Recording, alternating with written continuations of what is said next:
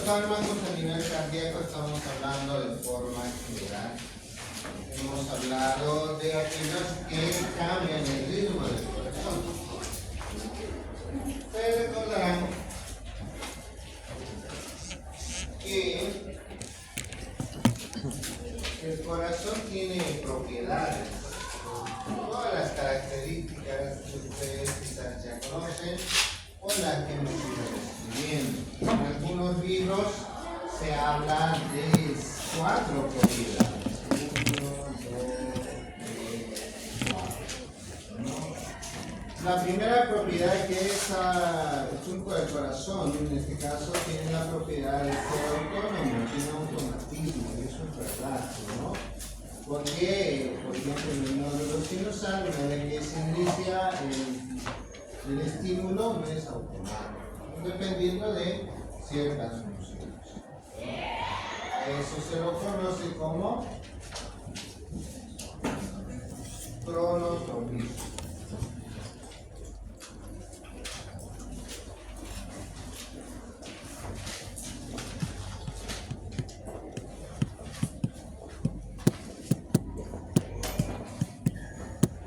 También tiene la propiedad de conducir, ¿no? Porque conduce a través de las fibras auriculoventriculares, las fibras de Purkinje, ¿no? Entonces tiene la propiedad de conducir o conductividad. Eso se conoce también como dromotropismo.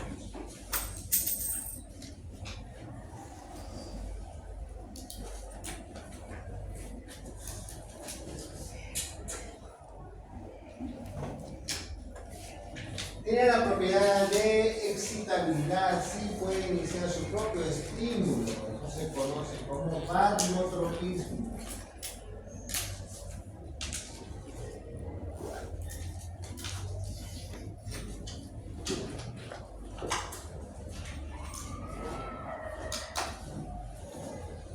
Tiene la capacidad de contraerse, sí, porque el músculo tiene fibras de actina y miosina que cuando se activan se contraen, ¿no? Entonces, al mismo tiempo de contraerse, se lo conoce como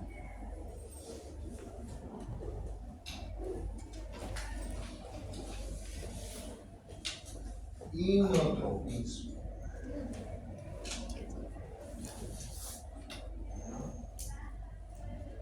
Entonces, ahí tienen las 4 propiedades más importantes del corazón, ¿no? La que le dan esa particularidad.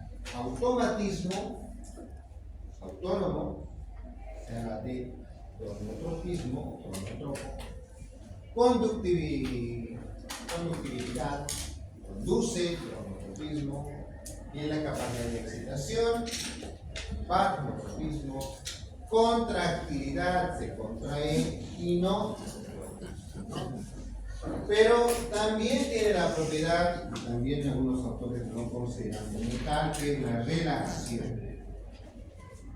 Algunos sí lo toman en cuenta y otros no. Pero si el músculo se contrae, también tiene que tener la propiedad de relajarse. Entonces la última sería la relajación, que se la conoce como el lucitropismo.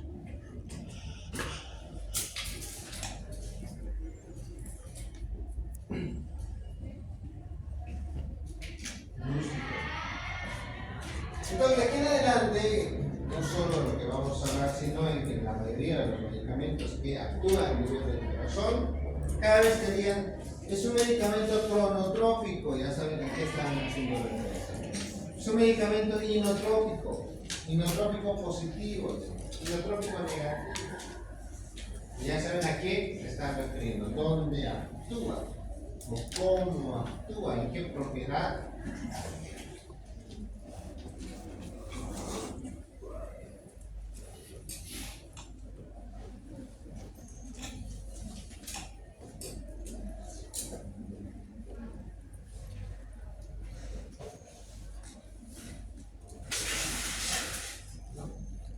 Entonces, si nosotros dibujamos, tratamos de esquematizar nuestro corazón, vamos a tener un corazón, cuando es normal, tenemos nuestras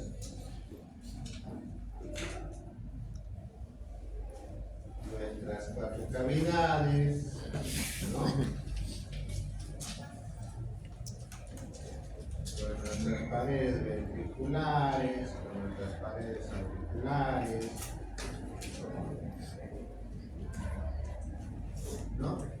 Con nuestras válvulas, aurículo ventricular, tricuspidia y mitral, ¿no? Tenemos nuestro nódulo sinusal, nódulo atrial también, con sus 3 fibras, anterior, medial y posterior, y una accesoria. De ahí que van hasta que nódulo auriculoventricular, aquí las fibras del Purkinje, que se van irradiando la parte ventricular. Su corazón normal con sus propiedades. Cada vez que se habla de insuficiencia cardíaca puede cambiar cualquiera de esas 5 propiedades. Ya sea porque el cuerpo del ventrículo, sobre todo el ventrículo, porque es el que más fuerza, que más trabaja, ya sea porque en este caso la pared del ventrículo se dilata o se hipertrofia. Si se hipertrofia, ¿qué va a hacer este corazón? Va a ser así. El corazón va a ser una ventrícula así, la ventrícula derecha de esta forma, el ventrículo va a ser este. ¿No? El corazón hipertrofiado. Bueno, hipertrofiado.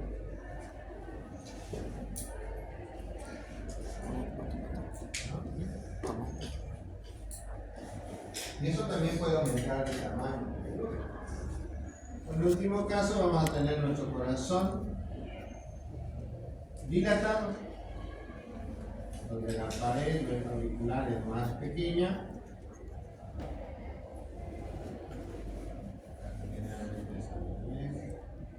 La aurícula es más grande que la izquierda, tensión. Estamos trabajando con 8 grupos.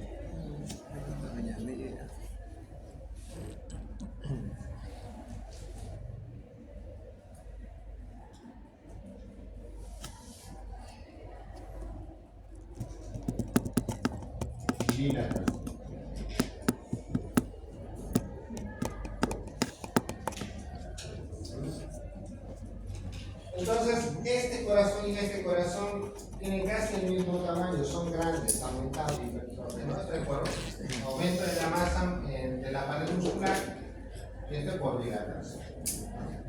Ambos pueden terminar en lo que se conoce de insuficiencia cardíaca, ya sea del lado derecho como del lado izquierdo. Pero hay unos fármacos que se conocen como fármacos cardiotónicos.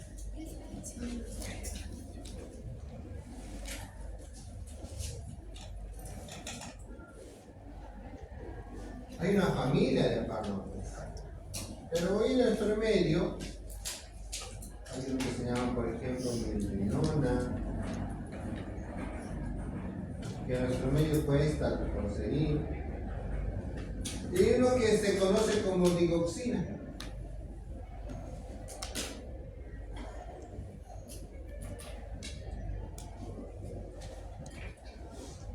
Y es el que generalmente encontramos en el medio, se utiliza bastante. La digoxina tiene la propiedad de ser inotrópico. Inotrópico positivo.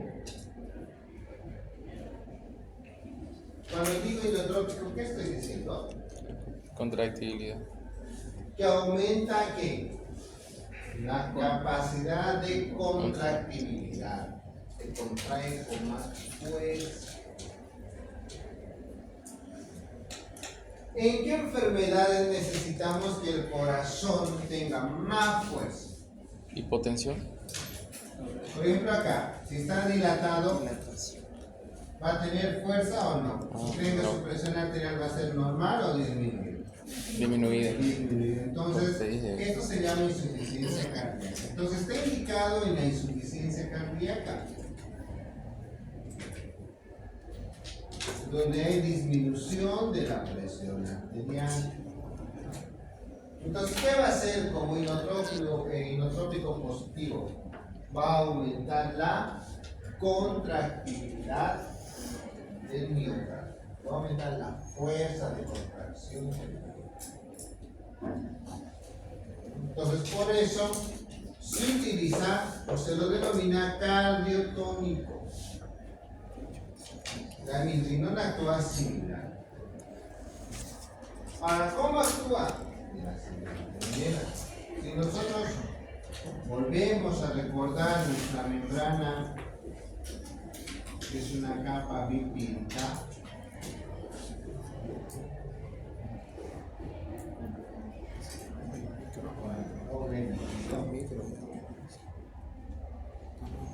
Creo. esto es misterio, ¿no? Recuerda que hay una membrana que se llama, un canal, perdón, que es una bomba de ATP. Sodio y potasio. Vean su dibujo anterior, es una bomba, ¿verdad?, de ATP. ¿Canal de sodio y potasio? Es un canal de sodio y potasio. Muy bien. Aquí lo voy a dibujar en mi canal de ATP, ¿no? Este intercambia sodio y potasio. Entonces, ¿qué hace la digoxina? Inhibe el canal de sodio-potasio. Los neutrales. Inhibe. Lo cierra. Entonces, ¿qué va a pasar? Ojo, que ahorita esta célula está positiva. Aquí están sodio,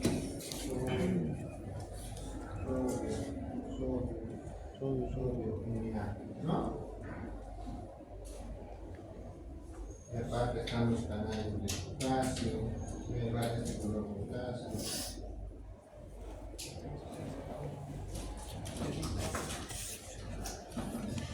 Ojo, potasio, ¿no? Los canales de potasio. Entonces, ¿qué va a pasar?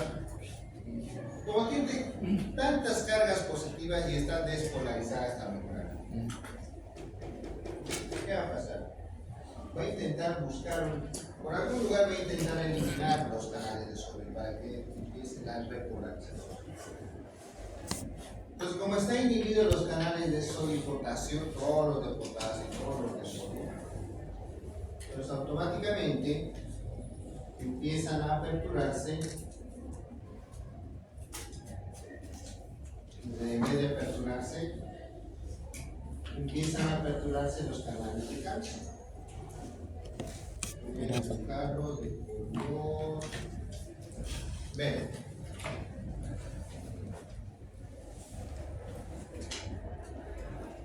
Los canales de calcio. ¿Qué son los canales de calcio? Positivos. Ingresan los canales de calcio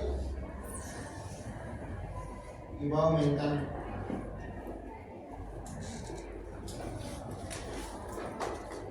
Entonces, ¿qué está haciendo con esta membrana? Con esta célula. Lo está volviendo más positiva. Entonces, en esta forma, estamos hablando dentro de la célula muscular del miocitoma, está aumentando mayor fuerza, mayor carga positiva. Por eso se lo llama inotropismo, mayor contractilidad. Ahorita estamos hablando de la quina neurológica. ¿Hasta tal punto, hasta cuándo? Hasta que nuevamente empiece a salir los canales de potasio. ¿Qué significa inotropismo? Mayor cantidad de concentración de carga positiva. Entonces, aparte de retener sodio, aparte de retener potasio, vuelve a abrir los canales de calcio. Más moléculas positivas, mayor fuerza, mayor contracción. Doctor, entonces, como la célula no vuelve a ser negativa, no hay fase de reposo. Demora. Al momento esto se va a negativizar porque tiene que despolarizar. Pero al hacer este evento se hacen más ondas. Pero, ¿dónde actúa? Les he dicho.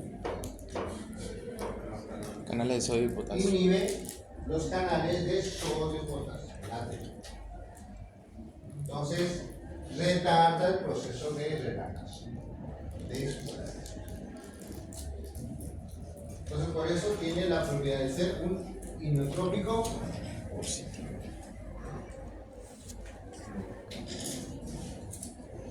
Entonces, ¿en qué casos? Les decía, en insuficiencia cardíaca, en casos donde hay mayor hipotensión, también se puede utilizar como un antiarrítmico porque actúa de similar, pero tiene menos propiedad.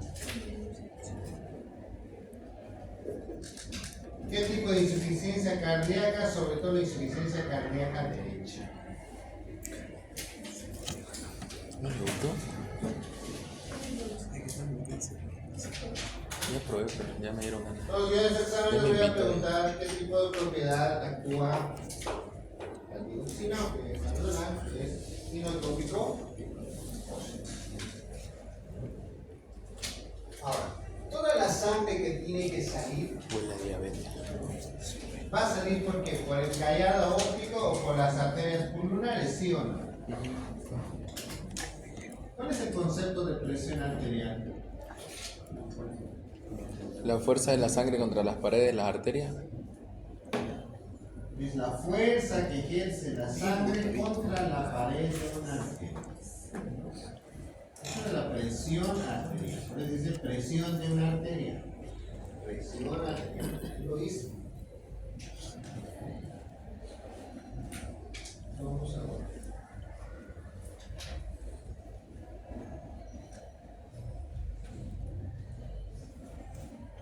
Eso lo veo muy dulce. Eso no tiene azúcar. Yeringo azúcar. Sangre venosa. Sangre venosa viene de las venas Con razón cavadas, estás muy acordado. torácicas, Estás muy...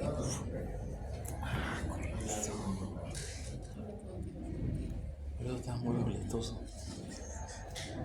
Entonces, cuando hay presión arterial elevada, las paredes ofrecen una resistencia porque se hacen intensas. Esa resistencia es a la fuerza que ejerce el corazón. Porque el corazón tiene que bombear, pero las paredes arteriales ofrecen una resistencia. No se dilata. Entonces, cuando existe hipertensión, ¿qué significa? Que estas paredes son más duras por la se pueden contraer y el corazón tiene que ejercer mayor fuerza para poder vencer esas barreras. En este caso, esa resistencia. Y como ejerce tanta fuerza, en realidad esto tiene que caer en el ventrículo, ¿no?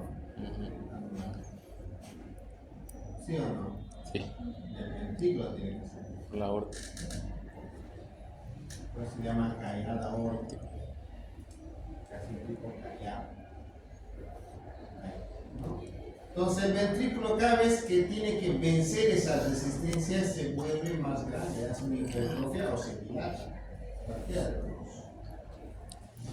Entonces, como no puede vencer en su totalidad, ¿qué va a pasar? Toda la sangre que retorna, ¿qué va a pasar? Se va a empezar a acumular, ¿no? Va a aumentar el acúmulo de sangre venosa. Y esta aurícula, o este ventrículo del lado derecho, también se va a dilatar. ¿Por qué? Porque no logra bombear toda la sangre. Hay una dilatación ventricular, una dilatación, una sobrecarga. Entonces, si no bombeamos esa sangre con oxígeno, ¿qué va a pasar? Va a aumentar la demanda de oxígeno. ¿Dónde va a aumentar la demanda de oxígeno? En los tejidos.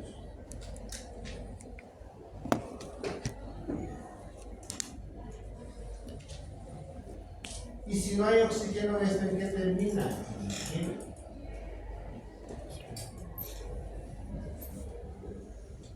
¿Y qué produce la isquemia? Vasoconstricción.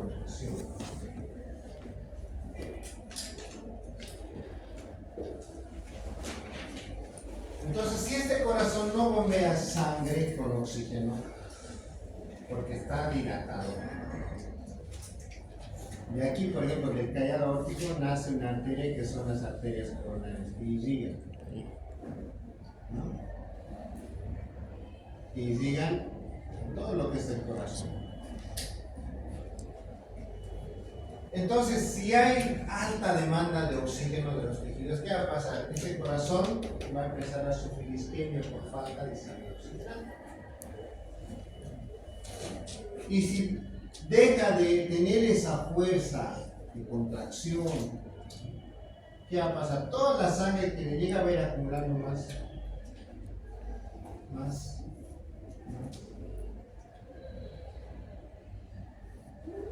Entonces va a entrar en lo que se conoce falla cardíaca.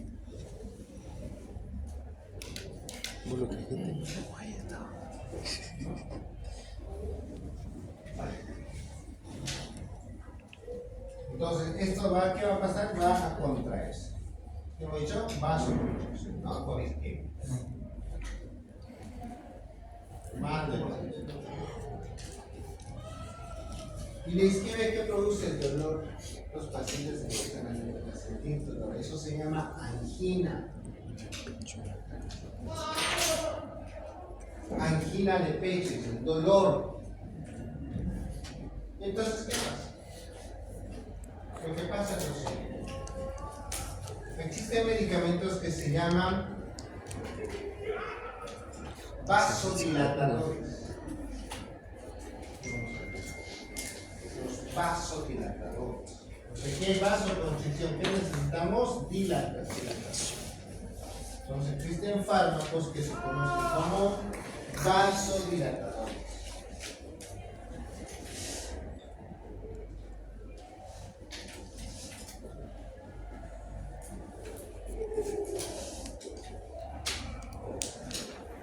Vasodilatadores. ¿Cuáles son esos medicamentos vasodilatadores? Se los conoce como nitratos.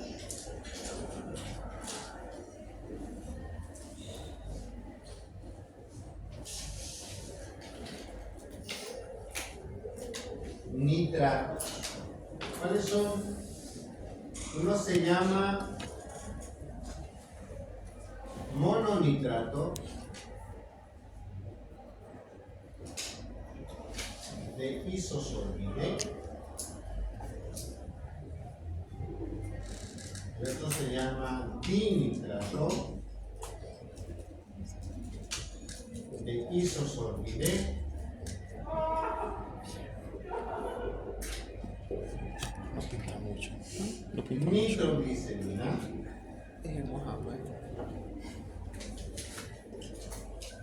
Nitroprusiano.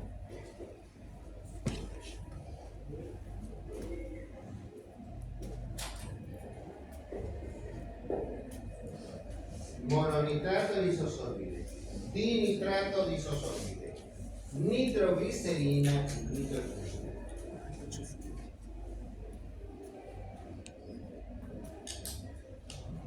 Entonces, ¿qué va a hacer en la insuficiencia cardíaca y vasoconstricción? Falla de bomba por alta demanda de oxígeno.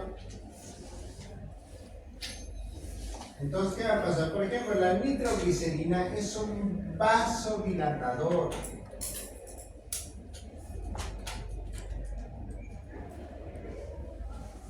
Pero sobre todo es un vasodilatador venoso.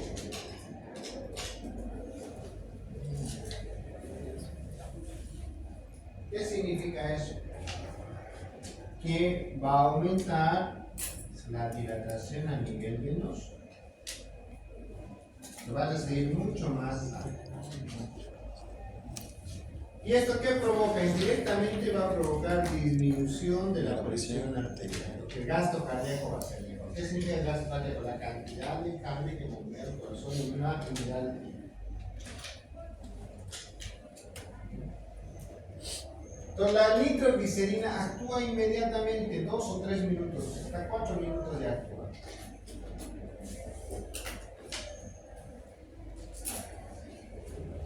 Es un vasodilatador venoso.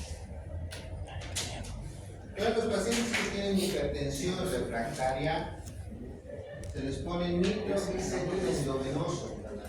Solo viene endovenoso. Hay un aumento de la vasodilatación y cae la presión. ¿Por qué? Porque al aumentar la vasodilatación disminuye la resistencia periférica. La nitroglicerina es uno de los medicamentos que se utiliza muy frecuentemente en las áreas de emergencia o internación, sobre todo cuando hay hipertensión refractaria. Pacientes que a pesar de tener antihipertensivos, no hay respuesta, utilizamos un vasodilatador. El nitroprusiato igual es de la misma forma, es la misma familia que la nitroglicerina, pero actúa en minutos, más rápido y se absorbe de la misma manera. El mononitrato isosorbide y el dinitrato isosorbide se utiliza sobre todo en lo que se llama angina. ¿Qué significa angina? Vasoconstricción, es la sensación de dolor de pecho. Generalmente se dan los pacientes que hacen ejercicio físico o aquellos que empiezan a subir las grades y sienten que van a sentir un infarto, que va a venir un dolor de pecho. Entonces descansan un rato, suben y descansan. Eso se llama una vasoconstricción. Entonces el mononitrato isosorbide y el dinitrato isosorbide se los da sobre todo en las anginas. Y es indicación también en el infarto agudo de miocardio. En el infarto agudo de miocardio, ¿qué pasa? Hay una vasoconstricción o una oclusión, ¿verdad?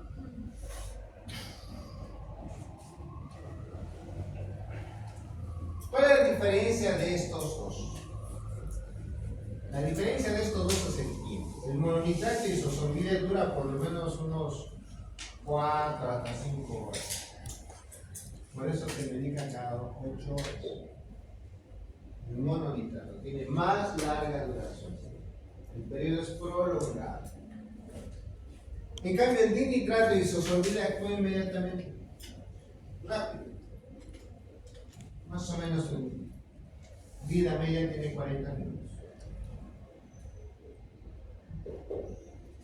Se absorbe muy rápido. ¿Por qué? Porque actúa inmediatamente, evita el paso, sobre todo del metabolismo hepático. Doctor, ¿y también son vasodilatadores venosos o son...? Son vasodilatadores venosos. ¿No? ¿Por qué venoso? ¿Por qué no arterial? ¿No? Porque estamos disminuyendo la resistencia periférica. Ahora, si esto concentramos en mayor dosis, sí empieza a actuar a nivel arterial. Sí empieza a actuar a nivel arterial. ¿Por qué? ¿Por qué estamos hablando de venoso? ¿Por qué no actúa directamente en la arteria? Hay antihipertensivos que actúan directamente en la arteria. ¿Ya? Ahorita estoy hablando de vasodilatadores venosos. Cuando hablemos de hipertensión arterial, voy a hablar de antihipertensivos arteriales. Estamos hablando de venosos. Por eso estoy diciendo, cuando digo fracaso del tratamiento de antihipertensivos arteriales, vamos con los antihipertensivos. ¿Y por qué estamos hablando de eso? Porque si esto hay resistencia, ¿qué va a pasar? Toda la sangre va a seguir acumulando. Va a seguir acumulando y no va a poder bombear. Entonces, esto va a ofrecer también una resistencia. Necesitamos vasodilatar. Vasodilatar. No podemos dilatar más el corazón, ¿verdad? Porque va a estar en falla alguna.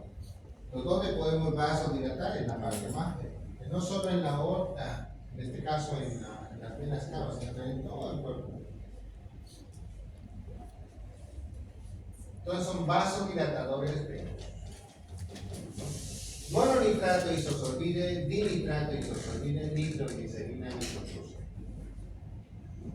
El dinitrato, vuelvo a repetir, es rápido. Entonces, cuando tengan un paciente, por ejemplo, con infarto o de miocardio, el tratamiento ideal es dinitrato.